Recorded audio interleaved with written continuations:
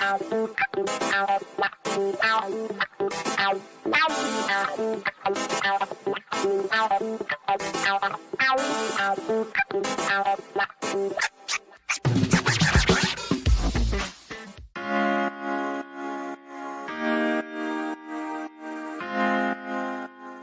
up? How are you? I'm fine.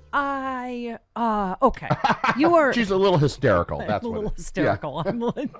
I'm the only. You are the only person Why? that has the fierce urgency of now and the passion when I see you on TV that this moment calls for.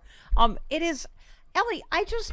The thing is, I feel like people are so overwhelmed with the criminality that some of the stories don't even make the news cycle. So I'm like, what is this latest thing? Prosecutors investigating whether Ukrainians meddled in the 2020 election. Giuliani's in the middle of that one. Trump's org CFO caught up in another Trump scandal, according to new email exchanges. Weisselberg and the inauguration stuff. I mean, are there enough courts and enough prisons for them all to actually justice to be served? Well, the question is, are there enough balls, right? I mean, of course there are enough courts and enough prisons. The question is there enough will by prosecutors and particularly by Democrats to actually hold Trump accountable for his crimes? Look, Trump is a criminal. Right. He runs a criminal organization. The entire knowledge of Trump in public life, from The Apprentice, from his real estate deals, that was a front for his criminality. This man is a career criminal who has never been prosecuted for his crimes. Yeah. You know, back in the 80s and 90s, he could have been prosecuted for fraud. I'm sure nobody bothered. By the 2000s, people were looking the other way about his children and their criminality. So the question has never been, does Trump commit crimes? Yes, he's a criminal. That's what he does. That's his business. The question has always been, will prosecutors ever do anything about it? Right. I mean, Ellie, we're kind of still waiting to see. Yeah, exactly. Ellie, aren't we sort of like, yeah, this was the subject of the Pulitzer Prize winning New York Times story. The business model has always been fraud. It's what Michael Cohen said. It's what the New York Times already reported on. And I thought, and you on TV were the only one I heard talking about Cy Vance. Talk to us about that, being a New Yorker, because I hope him announcing his retirement means he's going to go out in a blaze of glory and finally do the right thing as it regards the Trumps, because you were saying, yeah, like, how didn't Cy Vance let his kids off easy? Which one was that? Which fraud? University, the charity, like which? The charity fraud. Jared had some dirt on him that could have been followed up on, that Cy Vance looked the other way with. Look, Cy Vance's history as the Manhattan DA, and if you think about, like, you're the chief prosecutor in Manhattan, New York, there's some financial shenanigans going on in your jurisdiction. Mm-hmm. But Cy Vance has a long-standing reputation of kind of looking the other way if the potential criminal is famous, right? Donald Trump, alleged criminal, famous person. Harvey Weinstein, alleged criminal, famous person. And Cy Vance has this history of not wanting to go after the famous people in his jurisdiction. And that accrued to Trump's children's benefits repeatedly throughout the teens, right? Throughout, the period of 2010 to 2014 is when prosecutions about Trump might have stopped him from becoming president in the first place. Yeah. But Cy Vance wasn't on the ball. So that's part of why we're here. Now the fact that he's leaving, like he's leaving office in November, people have noted that the grand jury he convened to finally maybe push the ball forward on indictments for Trump and Trump org, that grand jury is surprisingly limited to 6 months. They're going to work very intensely for 6 months, but they're limited to 6 months. Why? Because he's out of a job in 6 months. So, some people have said that, perhaps Vance is rushing this because he wants to get some kind of, charge before he leaves office. I think that might be a good thing. I think Cy Vance trying to redeem himself, having had a career basically where his legacy is letting famous criminals off the hook, trying to redeem himself by going out of office with at least a charge against Donald Trump. That would be, I wouldn't put that past him. I I could see that being part of his calculus. But we were saying, well, exactly what you just said. Not just a criminal, a mob criminal. We keep hearing that song Rico Suave in our head. That it's Rico charges at the end of the day. Rico. Suave. Yeah, this one, the son of the late Arlen Specter, said Donald Trump dangled campaign cash to him if he backed off his investigation of the New England Patriots. Right. The two people are saying now Trump offered the late senator campaign funds in an attempt to stifle his probe into the NFL's handling of Patriots' illegal camera surveillance scandal. And I remember that one. I mean, this Weisselberg thing that he tried to kick his daughter out of her apartment. I mean, that would say to me that he's not flipping, that he's mobbing up like Trump is. That's like a vindictive shut up move, right? Yeah. Look, Weisselberg is in some hot water. As many people have noted, Weisselberg's name is on every document, right? Like all roads lead back to Weisselberg. And if anything hits the fan, that entire criminal family will turn on Weisselberg and say it was Weisselberg's fault. He did all the dirt. It's all his fault, right? On the other hand, if he flips on his boss, who he's been loyal to, who raised him up, if he flips on his boss for the last 30 or so years, there's no guarantee that'll stick. And Weisselberg knows that there is only one Trump criminal who didn't get a pardon, and that was Michael Cohen. Yeah. Right. And why did Michael Cohen not get a pardon? Because Michael Cohen eventually told the truth. So Weisselberg has this kind of Faustian choice. I don't want to call it a Sophie's choice, because like Sophie had a legitimate moral conundrum, right?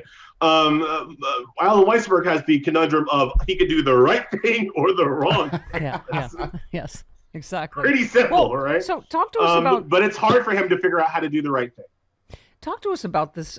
So he's obviously the target of his own criminal investigation. He's being investigated for tax fraud himself. Now, a court document filed earlier this month ties him to yet another Trump financial scandal, the Inauguration case. The AG in Washington has filed a lawsuit against Trump's Inauguration Committee and the Trump Organization, asserting the committee, a nonprofit corporation, misused charitable funds to enrich the Trump family. So Weisselberg's in the middle of that one as well, right? Look, the inauguration is one of those scandals. You were just saying that there's so much criminality that some stories get missed. This has been 5 years now. I mean, that inauguration committee, we know, was set up just as a slush fund to give money to Trump. People will remember Trump's inauguration. It was small. Sorry, Sean Spicer. There were not a lot of people there.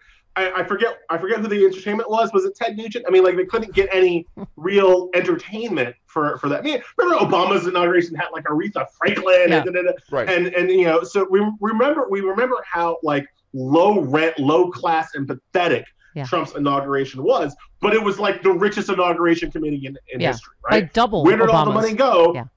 Into Trump's pockets. And that's been an illegality and a scandal that has been around literally since literal day one of the Trump's presidency, but it's always kind of floating under the surface of other bigger, more horrible corruptions. But Weisselberg was in the middle of that because Trump made his longtime buddy and bagman, Weisselberg, the head of the inauguration committee as well. So yeah, Weisselberg is in deep, and he is in trouble. But whether or not being in deep and being in trouble is enough to make this man tell the truth, we still don't know. And that's part of why the grand jury is being convened, because sometimes people kind of talk a big game before they're actually indicted. And once an indictment is coming, that kind of loosens their lips, if you will. Oh, speaking of which, Matt Gaetz got awfully mouthy yesterday. Alleged sex trafficker who is appears to be maybe moments from indictment. Is this, Ellie? You have a fancy Harvard law degree. Can you just listen to this and tell me, is this not inciting violence? Okay, here he is. Yesterday, all the fake news media. The Second Amendment is not about. It's not about hunting. It's not about recreation. It's not about sports. The Second Amendment is about maintaining within the citizenry the ability to maintain an armed rebellion against the government if that becomes necessary. I hope it never does, but it sure is important to recognize the founding principles of this nation and to make sure that they are fully understood. Yeah, he later said there's an we have an obligation to use the Second Amendment. Are they not only going to not investigate January 6th, they're in the midst of inciting more, right? They're definitely trying to get another right. They're still trying to make fetch happen, Steph. They ain't never gonna stop. But look, Matt Gaetz is in trouble for his own stuff. He's actually, I just want your listeners to please understand, he's completely wrong about the Second Amendment. The Second Amendment is not here to shoot, to shoot the CDC. I literally don't know who he thinks he's going after. But the Second Amendment is here to stop slave revolts. Like the reason why the people who wanted the Second Amendment wanted it in the Constitution. Because remember, the people who wrote the Constitution didn't think it needed amendments, thought it was good. The people who wanted the amendment wanted the amendment because militias were the best way the South had to stop slave revolts, which they were kind of worried about considering they were keeping people in bondage against their will. So the whole point of the Second Amendment is that in the initial Constitution, it sounded like only the government, only the federal government could raise a militia, right? Well, the South was like, the federal government is going to be dominated by Northerners who hate slavery. That's not my words. That's the words of the governor of Virginia at the time. The North detests slavery, and if our slaves rise up, the North will not raise a militia to come down and put down the revolt. So we need the Second Amendment to make sure that the states always have the right to raise a militia to put down the slave revolts. That's why it's there. Yeah. That's the whole story. Yeah, well, so Gaetz is wrong. His words were not, I'll just say legally, with the fancy degree, his words were not technically incitement. Incitement requires a much more, I hate to say it because I don't want to give people ideas, but incitement requires basically a much more specific threat, right? Yeah. He's got to say, like, go out and kill Anthony Fauci, not like, no, what's going on? I don't know. We should use it. Like, it's too nebulous. It is, and so that's where the standards are. Speaking of racist, here is his sidekick, Marjorie Taylor Greene. The fact that someone that's about to be indicted for sex trafficking, probably, ex-president who's about to be indicted for God knows how many things, and Marjorie Taylor Greene, who may be indicted for, aiding an insurrection and giving tours. And here's her. The cartels love the Democrats. Yeah, they're down there. They're like this. They're like, we're making a lot of money off of Biden, Joe Biden. That's my really bad Mexican accent. What? That was what? Face of the Republican Party, I'm telling you. Elie, okay, so speaking of also racist filibuster, you tweeted, Joe Manchin has apparently adopted the completely unexamined belief that the most important part of the American democratic self-government is the rule that allows the minority to block the will of the majority in a chamber designed to be unrepresentative of the American people. Are they just too far out on a limb saying no way on the filibuster or what? Steph, we could spend the whole show talking about how stupid, crazy, and racist the Republicans are, right? Right. Stupid, crazy, and racist is their brand. They've got, roughly 60, 70 million people in this country who go in for the stupid, racist, and crazy, and we know that. But they lost! They lost! And at some point, the Democrats have to start acting like it. The Republicans, these stupid, racist, crazy, sexist people lost. More people voted for the good guys. Yes. And at some point, the good guys have to start acting like it. 70% of the American people, almost 66, don't want Trump to run again. We're not crazy. We're not in the minority. Real quick, because you're the only person, again, I've seen bring this up. Ian Millhiser tweeted, this is bad, but it's not immediately clear to me what the policy solution is if a bunch of GOP state lawmakers decide to give their state's electoral votes to Trump, and then the GOP-controlled Supreme Court upholds it. And you said we could expand the court to make sure they don't uphold it. As you've said, it doesn't matter what voting rights they pass if this Supreme Court will not uphold them. The Supreme Court is stacked 6-3 with Republican-appointed judges. They have promised to do a series of bad things. Trump, for instance, literally promised to only appoint judges who would take away abortion rights. Do we think he was wrong about that? Do you think he missed the boat with Amy Coney Barrett about her hostility to a woman's right to choose? I don't think he was wrong. I think they're going to do it. I think the only way to stop them from doing things like taking away abortion rights, which they will absolutely do next year if left to their own devices, is to expand the number of justices on the court. That is literally the only, not only is it the only kind of solution, it's the only constitutional solution. And I always try to like make people understand this.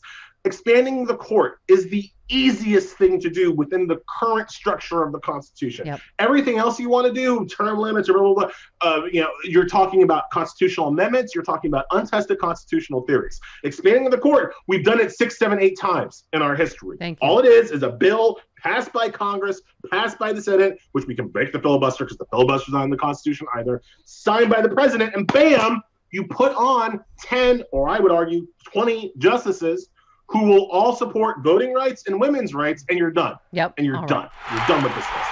Elie Mystal, who screams fierce urgency of now right up through his hair from the bottom of his toes. Fierce urgency of now. Death of democracy. I love you, Elie Mystal. Thank you so much. Thank you so much for having me. Have a great long weekend. You too, Elie. You too. Happy Memorial Day.